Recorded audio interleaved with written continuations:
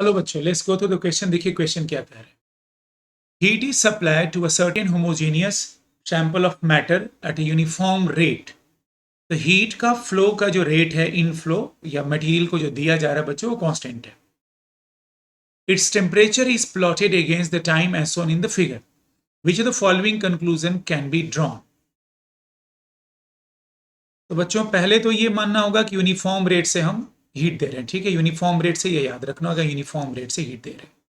Temperature का graph है with the time. ठीक है बच्चों,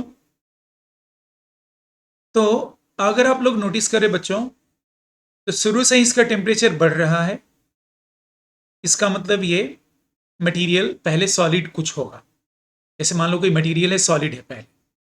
ठीक है, तो सॉलिड से इसको हमने हीट दिया, तो मान ली इसका टेम्परेचर 0 डिग्री सेल्सियस था। 0 डिग्री सेल्सियस था, इसका टेम्परेचर सॉलिड ही रहा ये, और टेम्परेचर कुछ हो गया, मान लो T डिग्री सेल्सियस बच्चों। उसके बाद अगर नोटिस करें तो इस रीजन में यहां से लेके यहां तक, मान लो कि मैं इसको T1 लिख रहा हूं बच्चों।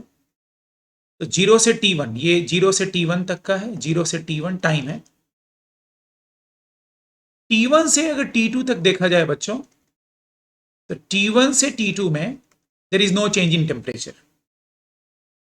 ठीक है, मैं थीटा डिग्री सेल्सियस ले रहा हूं कंफ्यूजन से बचने के लिए, क्योंकि मैं T ऑलरेडी मान चुका हूं। ठीक है,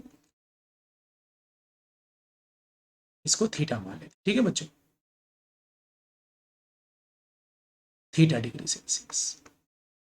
T1 से T2 में no change in temperature, but time लग रहा है और हीट कांस्टेंट रेट से दे रहा है। मतलब हीट तो जा रहा है बट टेम्परेचर चेंज नहीं हो रहा। मतलब ये सॉलिड से लिक्विड में कन्वर्ट किया होगा, और इसका टेम्परेचर कांस्टेंट होगा। थीटा डिग्री सेल्सियस था, तो थीटा डिग्री सेल्सियस ही होगा। ये मेल्टिंग पॉइंट है इसका मतलब।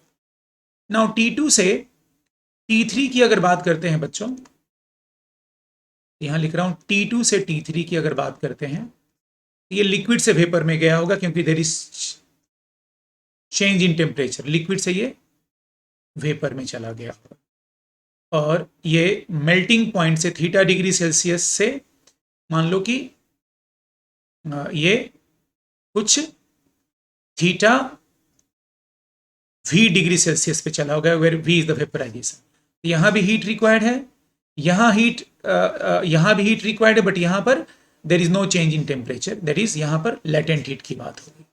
ऐसी इंफॉर्मेशन दे रहा हूं बच्चों अबाउट द ग्राफ। ठीक है,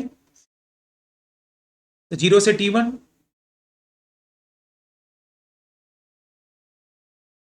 T1 से T2, T2 से T3। ठीक है बच्चों, तो इस केस में मान लो कि मैं R रेट से हीट दे रहा हूं बच्चों, या हाँ R रेट से हीट दे रहा हूं, तो R into T1 is equals to MS delta theta. MS delta theta, delta theta is rise in temperature. Therefore delta theta जो होगा बच्चों, वो होगा R, where R is the rate of flow of heat जो body को दिया जा रहा है, into time. T is a time, T is time, don't be confuse, time upon MS। इसका मतलब क्लियर हो गया बच्चों कि ये ग्राफ स्ट्रेट लाइन तो है, बट इसका स्लोप जो है, स्लोप ऑफ द ग्राफ जो है बच्चों, इज प्रोपोर्शनल टू मास। तो कांस्टेंट रहेगा क्योंकि मटेरियल एक ही है। Is inversely proportional to specific heat capacity, क्योंकि S is a specific heat capacity. तो slope of the graph is inversely proportional to a specific heat capacity. ठीक है बच्चों,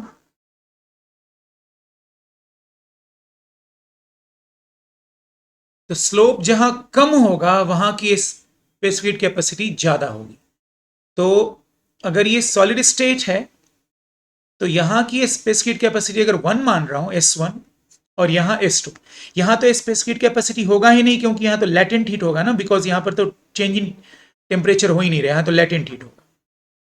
तो इसका मतलब कि अगर मैं ग्राफ को स्केल करूं, तो यहां का एंगल कम है, अल्फा, अल्फा मान रहा हूं, अल्फा 1 एंड अल्फा 2 एंगल ले रहा हूं मैं, तो since alpha 1 is less than alpha 2, therefore slope tan alpha 1 will be less than tan alpha 2 बच्चों.